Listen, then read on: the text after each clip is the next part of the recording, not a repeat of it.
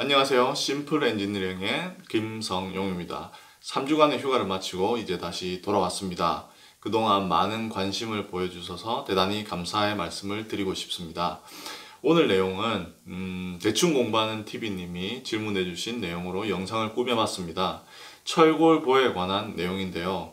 오늘 영상에서는 철골보를 어떻게 디자인하는지 한 가지 예를 가지고 한번 살펴보고, 이 다음 영상에서 좀 더 깊게 들어가서 그 밑에 깔린 내용들을 하나하나 자세히 한번 살펴보는 시간을 가지도록 하겠습니다. 자, 그러면 오늘은 좀 마음 편하게 쉬운 문제로 한번 철골보를 디자인해 보도록 하겠습니다. 예를 제가 들 텐데요. 이 예는 아주 간단한 겁니다. 여기에 제가 한번 평면을 그려볼게요. 여기 이렇게 사각형이 있고요. 여기에 이렇게 H빔이 기둥으로 되어 있고, 이 H빔 각각의 기둥들은 이렇게 보로 연결되어 있다고 하겠습니다. 그리고 우리가 이때에 이 길이를 7m, 그리고 이 보와 보 사이의 간격은 4m라고 가정을 하고요. 그리고 우리가 여기에서 디자인할 보는 여기 가운데 있는 이 보를 한번 디자인해 보도록 하겠습니다. 우리가 보를 디자인할 때 철근 콘크리트와 마찬가지로 SLS와 그리고 ULS를 고려해 줘야 됩니다. SLS는 사용성이죠. 그리고 ULS는 강도를 체크를 하는 것입니다. 그러면 이 보를 설계를 할 때 이렇게 SLS와 ULS를 고려를 하는데요. 강도에서는, 이 ULS에서는 제가 강도를 고려를 한다고 했죠. 그러면 SLS에서는 어떤 걸 고려하나요? 콘크리트 보에서는 균열과 처짐 그리고 진동을 고려해야 됩니다. 여기 균열, 처짐,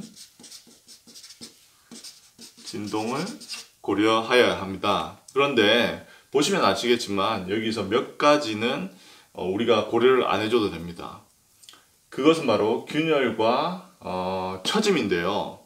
균열 같은 경우는 우리가 콘크리트에서는 콘크리트가 인장력을 받으면 갈라지기 때문에 그 균열의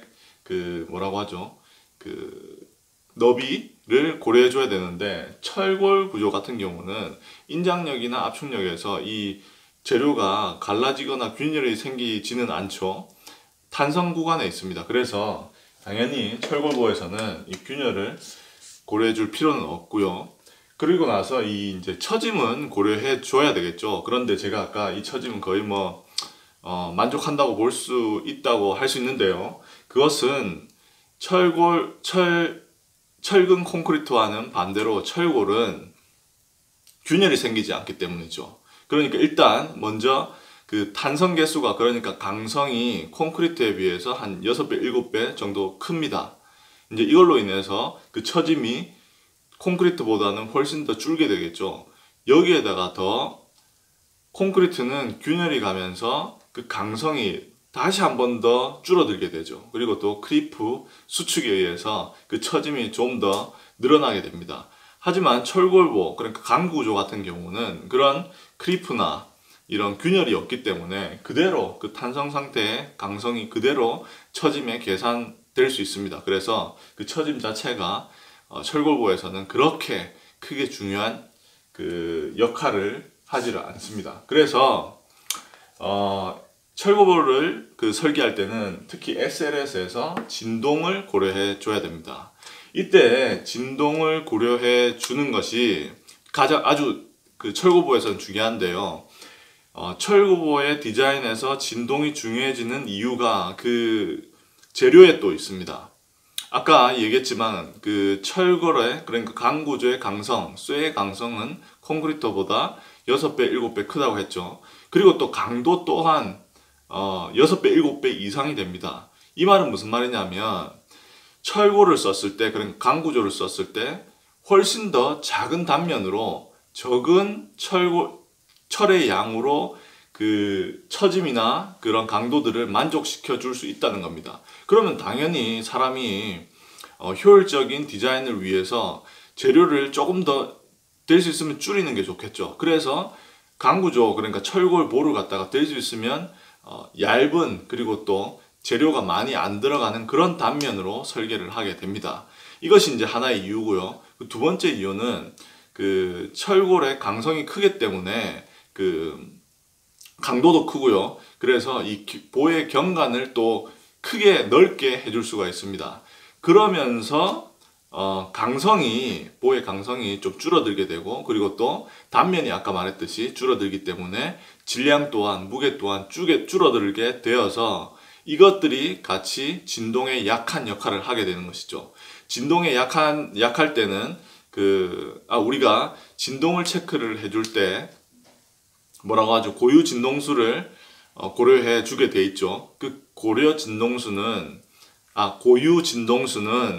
그 보의 강성과 경관, 그러니까 그리고 또 질량에 연관이 되게 됩니다. 그래서 이런 이유로 인해서 특히 철골보에서는 진동을 꼭 고려를 해줘야 됩니다.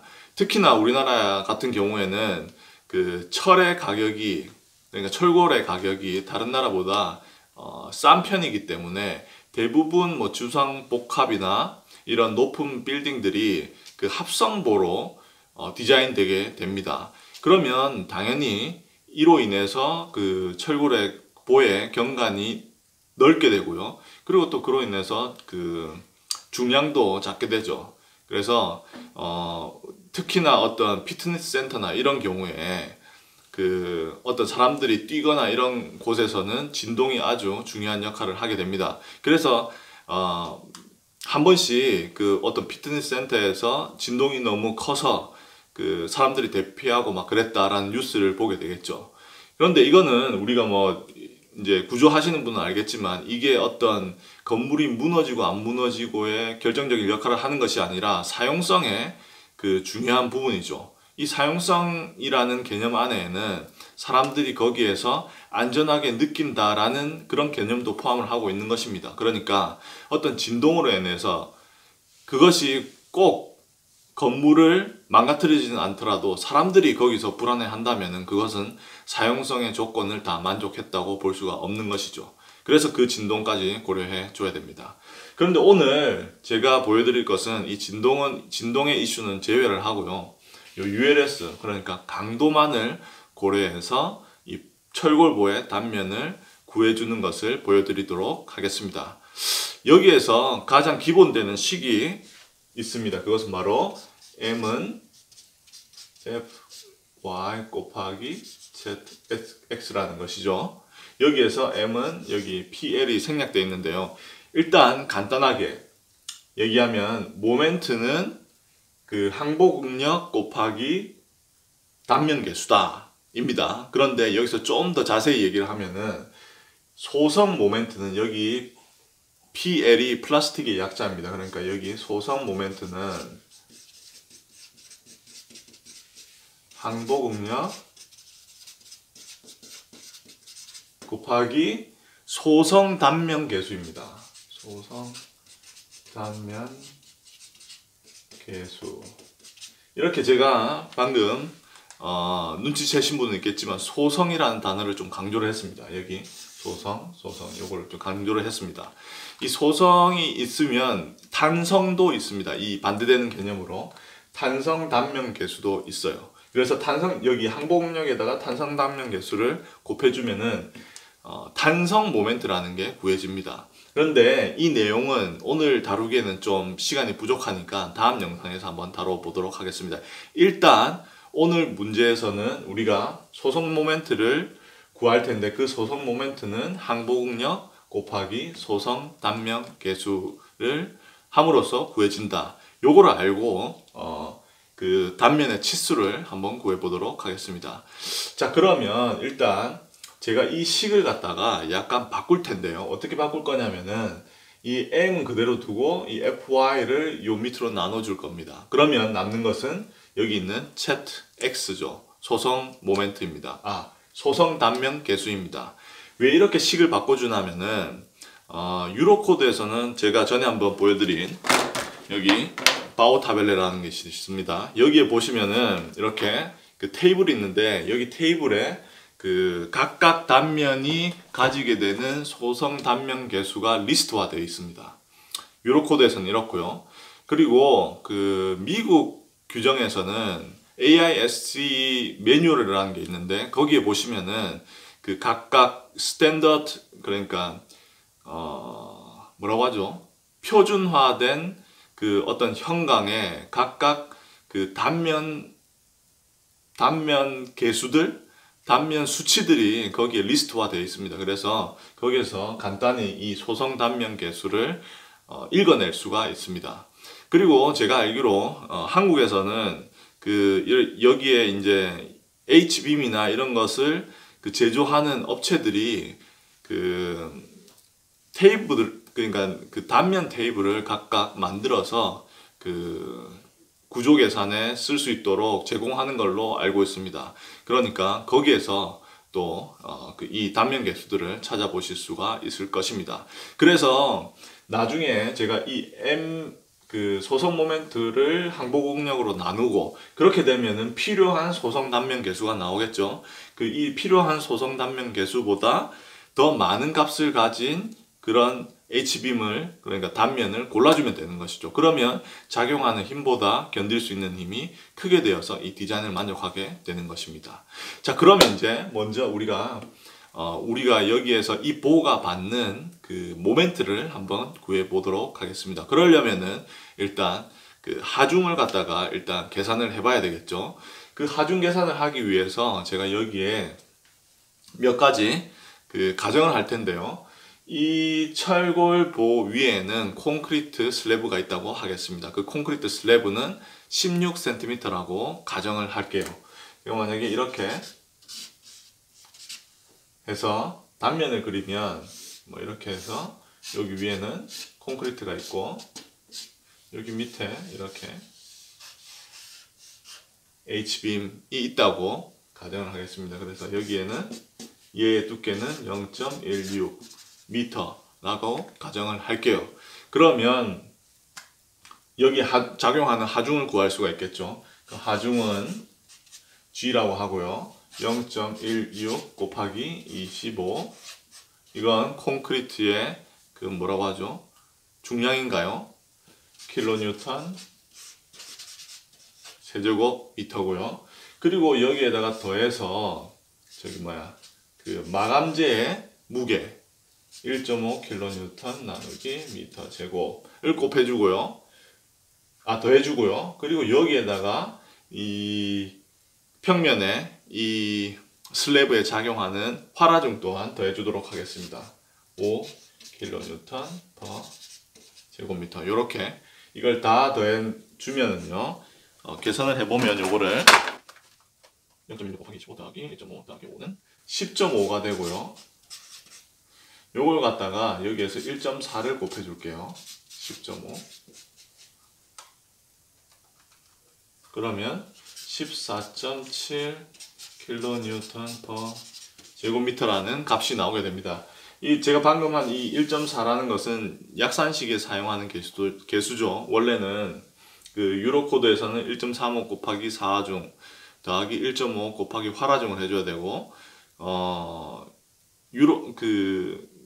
북미 코드나 한국 코드에서는 1.2 곱하기 4중 1.6 곱하기 활화중이 되겠죠. 근데 그걸 갖다가 이렇게 간단히 계산할 때 이때 1.4를 곱해주면 됩니다.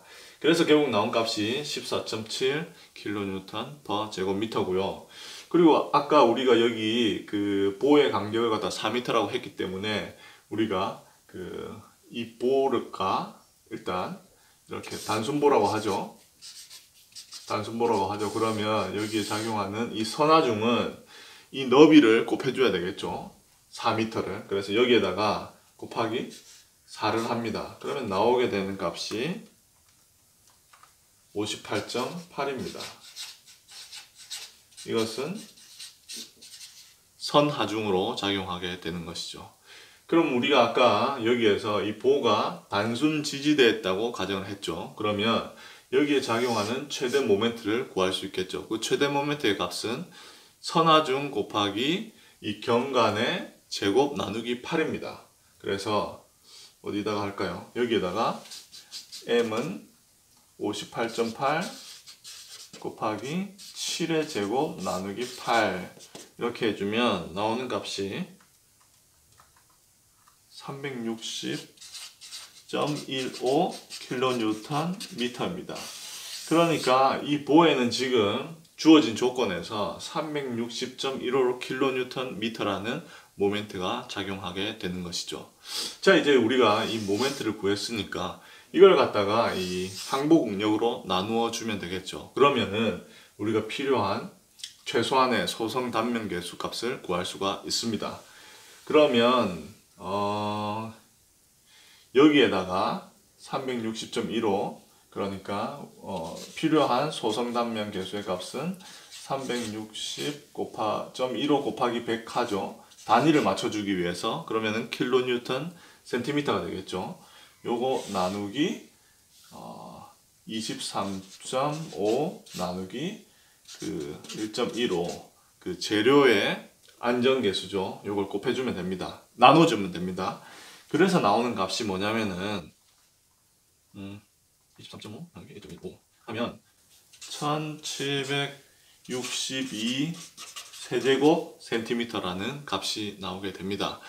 그러면 이제 이 값을 가지고 이제 그 바우타벨레 유로코드 아니면 독일 규정에서는 바우타벨레를 보든지 아니면 그 북미 규정에서 AISE 그 메뉴를 보면 됩니다. 그래서 제가 여기 한번 보니까 이게 이제 최소한의 소성 단면 계수거든요. 그러니까 제가 고르는 어떤 H 형광은 이 값보다 큰 소성 단면 계수를 가지고 있어야 됩니다. 그러면 그게 여기 이페에서는 뭐가 될까요? 이페 500 같은 경우 여기 어떤 단면이 있는데 그 다음에 이페 500 같은 경우는 얘가 가지고 있는 소성 단면 계수는 2200 세제곱 센티미터 이렇게 되는 것이죠. 그래서 제가 그러니까 이 보를 위해서 이페 500 그러니까 이렇게 생긴 겁니다. I자 모양으로 생겼죠. 이걸 갖다 뭐 H 형광이라고 하기도 하고 그러는데 I 형광이라고 할 수도 있죠. 아무튼 이렇게 생긴 형태의 이페 500 여기서 500은 이 보의 그 H 형광의 높이를 얘기하거든요. 500mm 이걸 고르면 여기에는 그 얘가 가지고 있는 플랜지의 두께, 뭐 웹의 두께 뭐 이런 게 다 있습니다. 그걸 다 계산하면은 결국 나중에 이런 2200이라는 소성 단면 계수가 나옵니다. 이게 이제 1762보다 크니까 우리가 이렇게 그 강도를 고려한 디자인을 만족시켜 줄 수가 있는 것이죠. 자, 이렇게 오늘 간단한 예를 통해서 그 철골보의 단면의 치수를 구하는 것을 한번 살펴봤습니다. 그런데 여기까지는 일단 뭐 학교에서도 배울 수도 있고 어디 가서든지 다 볼 수 있는 내용입니다. 제가 여기서 생각하는 중요한 것은 이때 이 소성 단면 계수가 무엇인지를 아는 것입니다. 그리고 얘는 탄성 단면 계수와 어떤 부분에서 차이를 보이는지, 그리고 여기에서 왜 탄성 단면 계수가 아닌 소성 단면 계수를 곱해줄 수 있는지, 이런 것들을 좀 아는 게 나중에 스스로 생각하면서 어떤 구조 디자인을 할 때 도움이 된다고 저는 생각을 합니다. 그리고 마지막으로 그 대충 공부하는 TV님이 질문을 하신 것은 왜 그 ZX를 곱하냐, ZY가 더 작은 값인데 왜 ZX를 곱하는 것이냐 라는 질문을 해주셨는데요. 그 부분에 대해서도 다음 영상에서 한번 얘기해 보도록 하겠습니다. 자, 그럼 오늘 영상은 여기까지고요. 다음 시간에 철골보의 내용이지만 좀 더 깊이 들어간 그런 근본적인 내용들을 한번 살펴보도록 하겠습니다. 시청해 주셔서 감사합니다.